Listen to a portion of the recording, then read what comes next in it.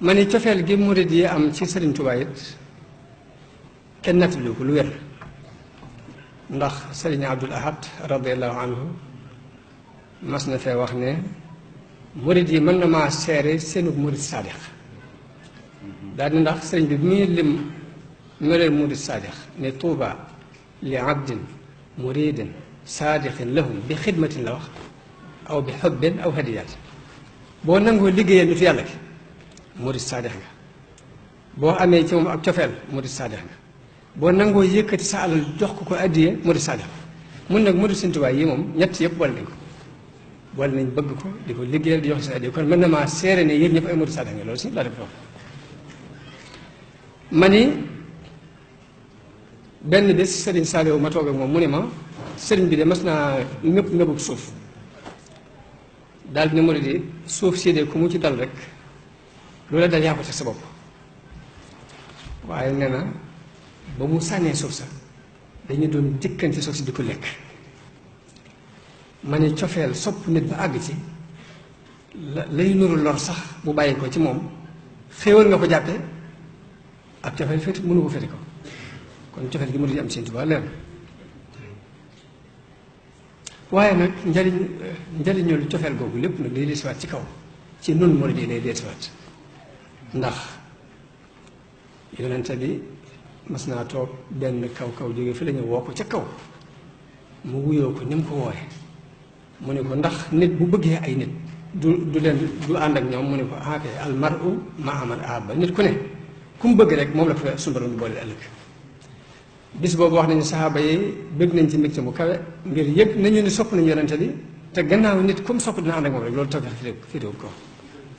kon cofeel gu nu am ci Sëriñ Tuubaa rek njëriñ li dellusiwaat na ci nun foofu bëgg Sëriñ Tuubaa yi dana waral njéggalu suñu borom dana waral it suñu borom jubal ab jaam ndax moo ko ñaan te suñu borom nangu na ko dafa wax ne wa kullu man ahabbani aw maala ilayya farzuqhu hudan aw maala képp ku ma bëgg mbaa mu jeng jëm si ci man na nga ko may ak njub te may ko alal delluwaat wax ni ixfir li kulli man ilayya maala wa han yadayhi laa tusaasi maala képp ku jeng jëm si ci man na nga ko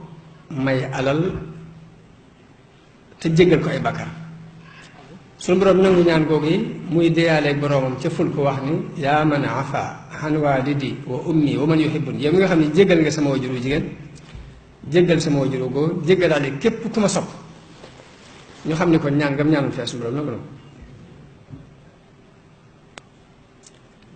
kon njéggal googu yi ak alal jooji mu ñaan ak njub googu yi kenn mënu koo xañ nit ki ku dul ka dox digganteem ak bëgg Sëriñ Tuubaa ku mënta dox sa diggante bi bëgg Sëriñ Tuubaa rek mënu laa xañ njëgalu yàlla ko waaye nag murit bu dëggal du fekke fukk mukk fu ñuy waxuma ne fu ñuy weddi Sëriñ Tuubaa waaye fu ñu koy nattablee sax mu di fa toog ndax alxuraan li mu wax mooy waxad nuzila aleykum fi lkitaabi an ida samitum ayatillahi yukfaru biha wa yustahzau biha fala taqudu maahum xata yaxudu fi hadiisin xayri mooy yàlla farataal na ci yéen bu leen fekkee mukk béréb bu ñuy weddee kiimaane yàlla yi te du da ngeen jug leen dem ba ñuy dugg ci beneen waxtaan saa bu ngeen toogee ki nit ñuy wax luy tekki ak wedd yàlla jóg leen dem ba ñuy noppi ci loolu te Sëriñ Tuubaa ci kiimaane yàlla yi gën a rëy la bokk ndax wax na ne baana li kulli man dafa walaaya kaw nii li xaaliqi baraaya aay